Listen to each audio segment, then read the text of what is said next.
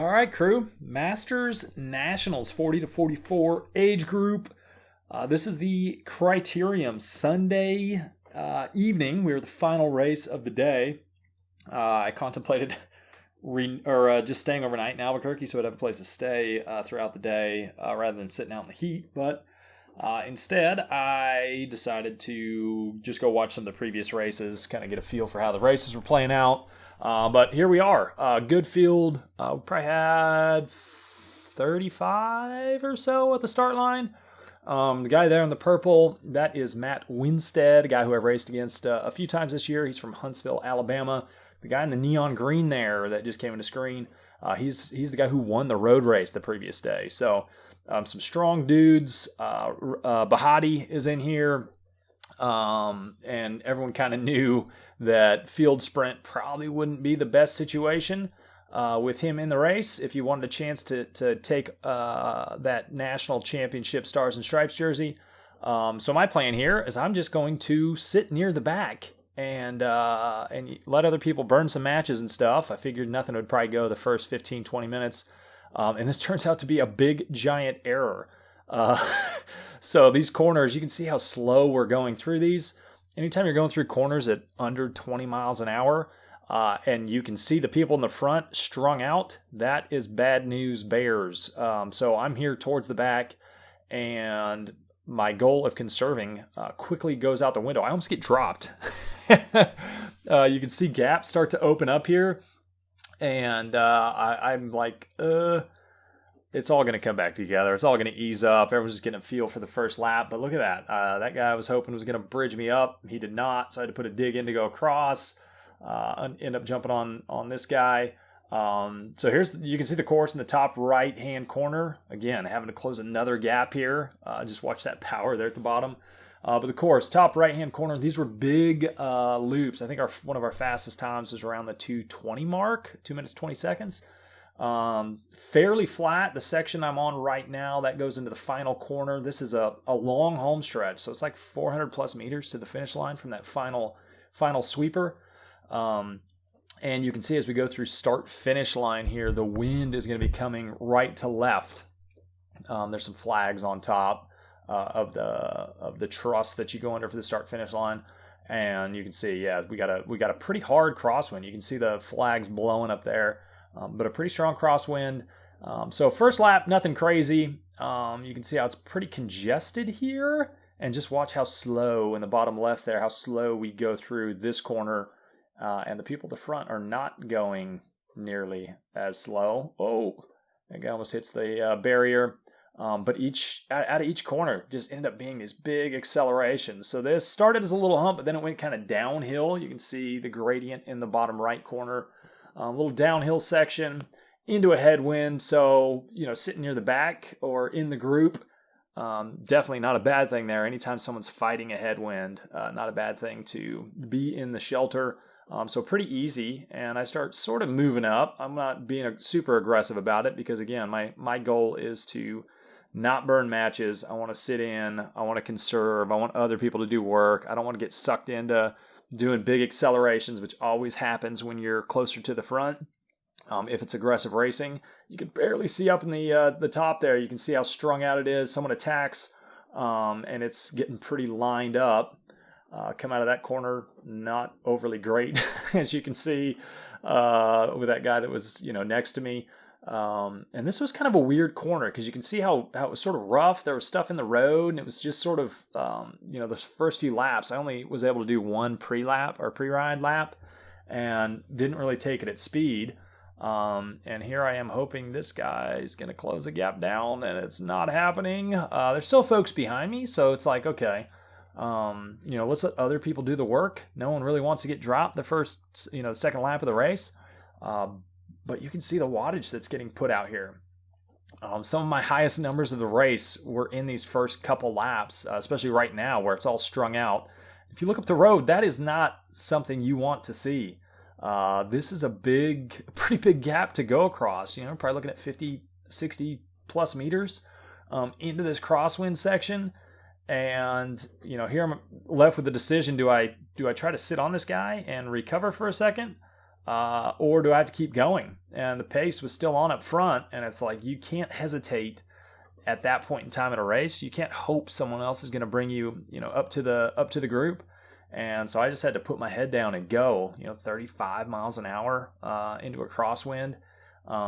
That is not a negative 4% grade. I don't know why it's saying that. It was pretty flat. Probably the most you had was a 1.5% downhill, 1.5% uphill. And this, again, is going into that downhill section. So I tag onto the back, and you can see coming out of that corner, still strung out. And I'm kind of at my limit here. I was assuming the first few laps I was going to be able to ride it and get a bit of a warm up in. And that was not the case. I wasn't expecting to have to go full throttle from the get go, and to have to put in those big efforts, those big matches that I essentially was just lighting left and right due to my poor placement, and then not aggressively getting across to wheels right away. And instead I was sort of playing the game of, let's let other people close gaps for me. I should have just been, and knowing what I know now, I should have been a little more aggressive about staying near the front. And here you can see I'm trying to take advantage and move up and improve my position. So I'm no longer trying to have to close down these bigger, bigger gaps, harder accelerations. So here we're coming into a crosswind left to right, and you end up kind of running out of road here. I look up and see, again, another gap open. So this guy, the guy on the left, pulls out of the line, and you can see how quickly that balloons into another gap that we had to go across. Fortunately, right now I'm in a draft. This is tailwind right here, so a bit of a tailwind, a little bit uphill. I'm doing 600 watts just trying to get on terms.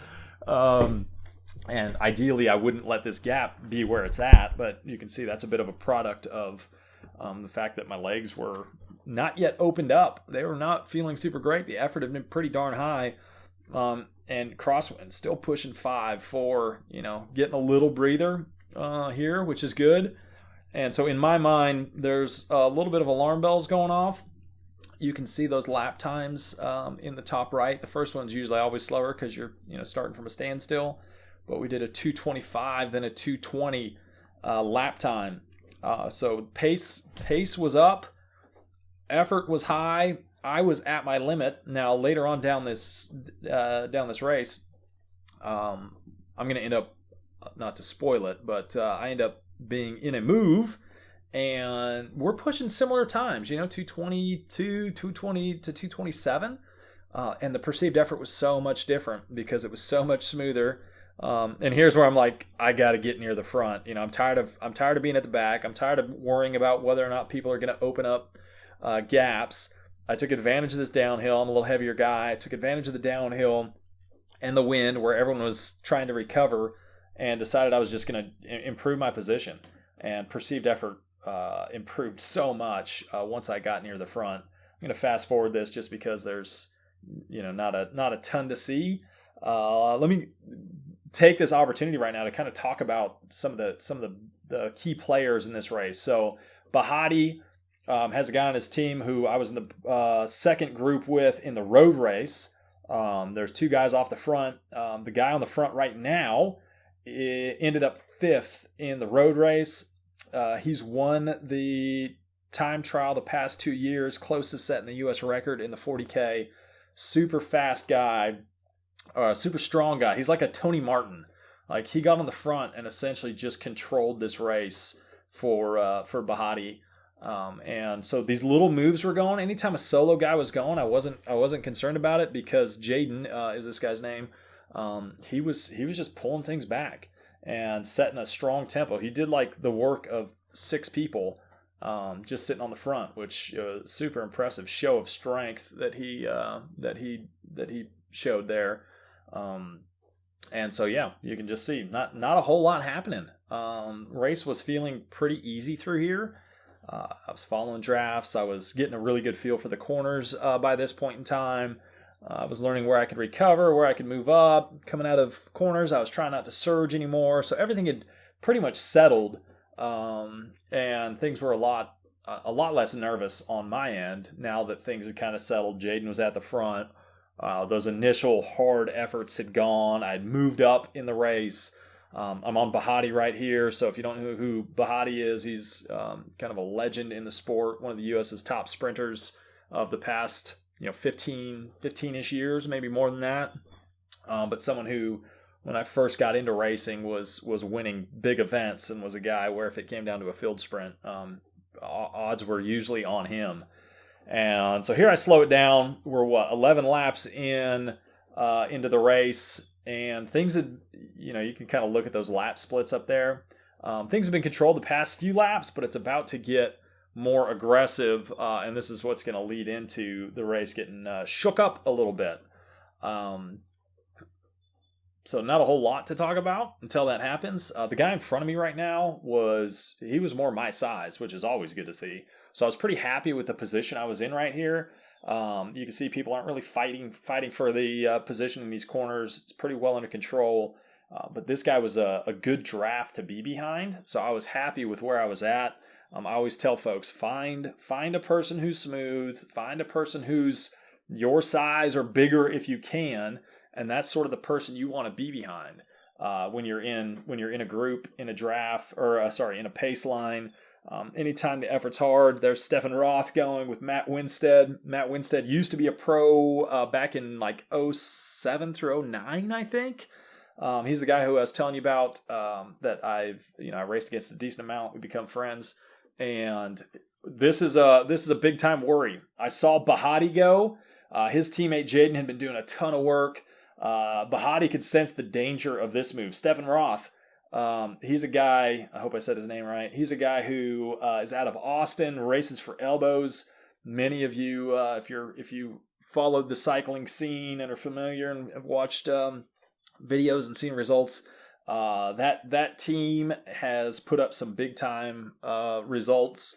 Really strong domestic team, and Stefan's a guy who has great Palmares, but someone who I knew was going to be a worry for other people because he has had such great results over such a long period of time. Super strong dude, really smart, knows how to race.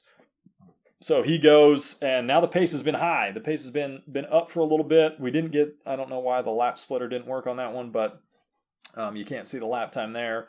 But things are being more and more aggressive. Winstead sees that gap go. Winstead's the guy in purple right in front of me. Gap goes.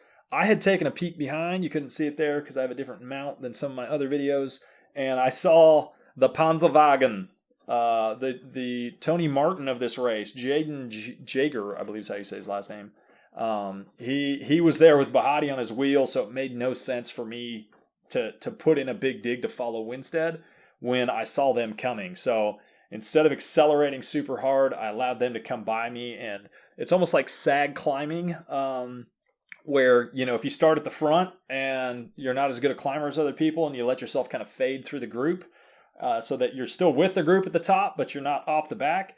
That's a bit what I was doing with that effort there. Not following the move, letting a few guys that were accelerating go past me so that I could save a little match.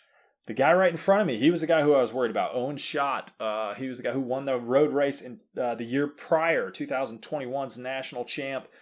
Find out later he got hit by a car when he was out. He got to Albuquerque early and was training over on the other side of the mountain, east side where the road race was. He actually got hit by a car, so I did not know that. But things have been hard. Things have been fast. Bahati's had to chase a few moves. Winstead's gone, and Roth goes again. And I was like, okay, this feels as though it's a good time to go. The folks that the group was most worried about have done work. So they're tired. Namely, Bahati had to do work. Jaden was doing work for Bahati, trying to keep it together, but he'd already done quite a bit of work. Winstead had gone. So there was a lot more big players in this race than that. But in my mind, I didn't know everybody, but I knew those people, and I knew they'd been doing work, and I could sense separation happening. So when Roth went, I went with, and it ends up being us two off the front. So start of the race, if you'd have asked me how this race was going to go at the start when I was almost getting dropped, I would not have told you that I'd be off the front in a two-man move. He and I are working pretty well together, and the course was so long. So usually when you're in a smaller course, it's like easier to, like, I pull one half, you pull one half. But this was a bit longer of a course, and so it was a little bit odd. You can see him throwing his hand up here. That's not at me. He had looked back. The guy who won the road race was on the front bringing us back. And he actually, Roth was like, I don't know what's going on. Why is he doing the work for Body's team? So they brought us back to like 2-3 seconds. You can see if you look at my power, they almost brought us completely back. And I was like, you know what? We may be just in that spot that if we goose it, if we accelerate again, if we just put the gas back on, maybe we can pull this gap back out. So I decided to take that, a little more technical section. It's not super technical, but we each right away we're on the same page. And I put in that little initial dig. You can see he's putting in a big dig right here. And, my power was pretty dang high just to get back on his wheel. This is that crosswind section. And we end up pulling the gap back out, or pushing the gap back out to, I think we got out to a little over 20-25 seconds. And so we were actually I was feeling pretty good about where things were at. I knew other people weren't going to want it to come down to a sprint, and I knew they weren't going to want to just let the national champs jersey ride away. So my hope was, and at one point we looked back and there was one guy coming across solo. He probably got halfway between the group and the main pack and us. Never made it to us. We kept the pressure on. There was no way we wanted to let that guy come up to us, even though having another set of legs might have helped. If we'd have eased up and let the gap come back to 10 seconds, we would have been too close. And the odds of folks attacking, trying to get up to us and ultimately bringing us back would have been high. So we actually put in a little bit of a surge to try to break free from him when he didn't make it across, on his own. And then we just, again, kind of like before, we settled into an effort. Looking back, it probably would have been best if I would have been pulling like the back half of this home stretch. So if I was pulling from, the start finish line all the way down this little downhill, I was a bigger rider than what he was. And, in general, you want the bigger rider can carry a little more speed on those downhill sections. This was that slight uphill section with the tailwind. So there you can kind of see we're not really pulling off the same spot each time. And ideally, when you get into a breakaway, ideally you kind of want that figured out quick. Like, know when the other person's going to peel off, know how long they're going to pull, know where the interchange is going to happen. But the length of this course, I feel like, was kind of the biggest problem with the whole thing. In that you didn't want to break it into quarters, because then the pulls would have been too short. So we ended up having this kind of interchange that happened at different spots each time. And I think that messed with us a little bit as far as, how fast we could have gone. But if you look at those lap times, we're doing pretty solid when you compare them to what the start of the race was. 224, 226, 227, 224, 227, 223, 228. So we're staying pretty consistent, and we're not far off, what the fastest laps were. If we look at, the fastest lap right now was a 220. So we're not really that far off that time each lap, considering it's just the two of us here taking pulls. And that's kind of the flow of the race went. Here I am covering up my camera. That's never good. But it was pretty much us both trying to get as much speed out of the course as we could. And as we kept looking back, this is about the spot where we're looking back, and the group, each lap's just putting 2 seconds into us, 2-3 seconds. It seems like each lap they're getting a little closer, a little closer, a little closer. We start ramping it up.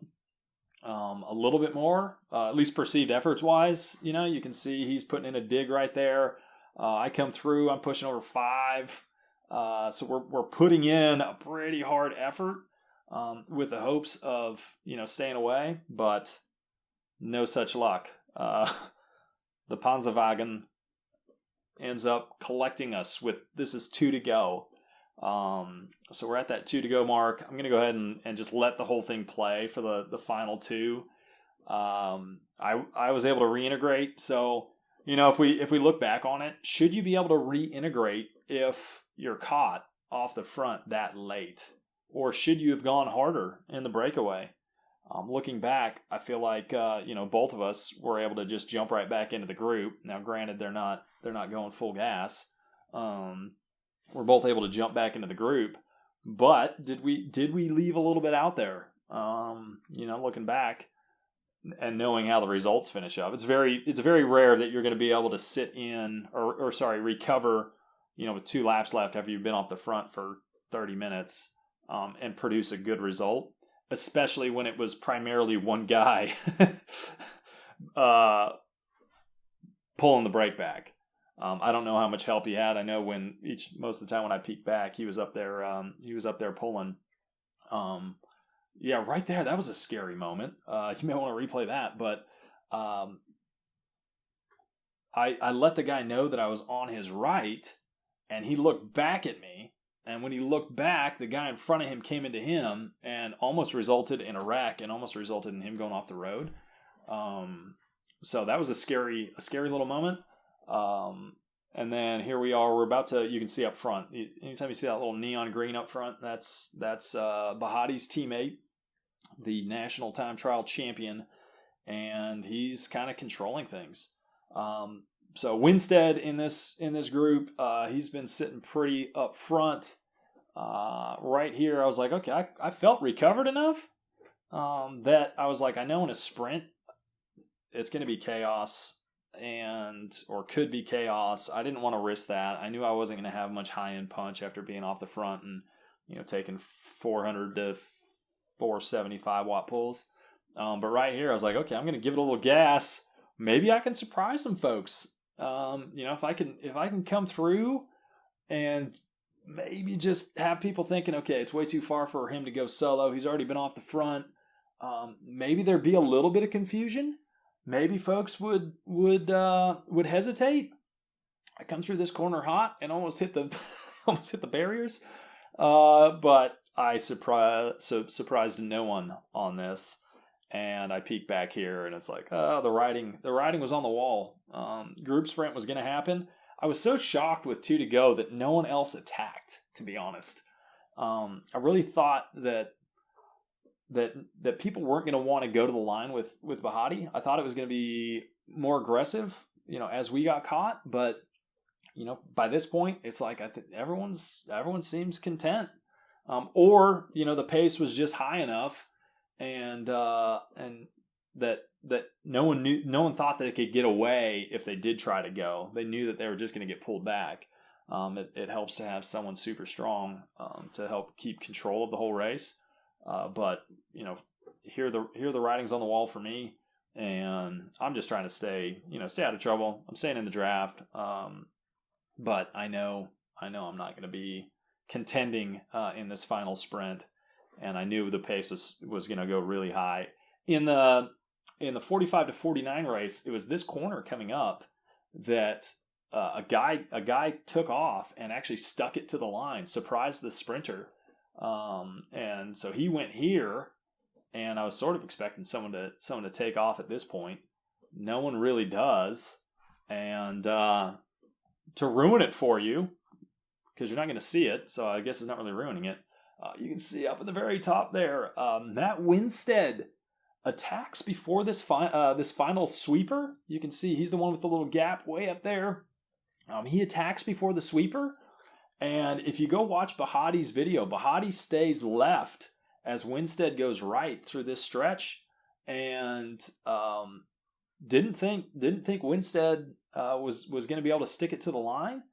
Stayed on a wheel that he probably, in his video, go watch it. But, he got surprised And the favorite for the race, Bahati, in a field sprint, ended up coming in second. Matt Winstead. Congrats, homie.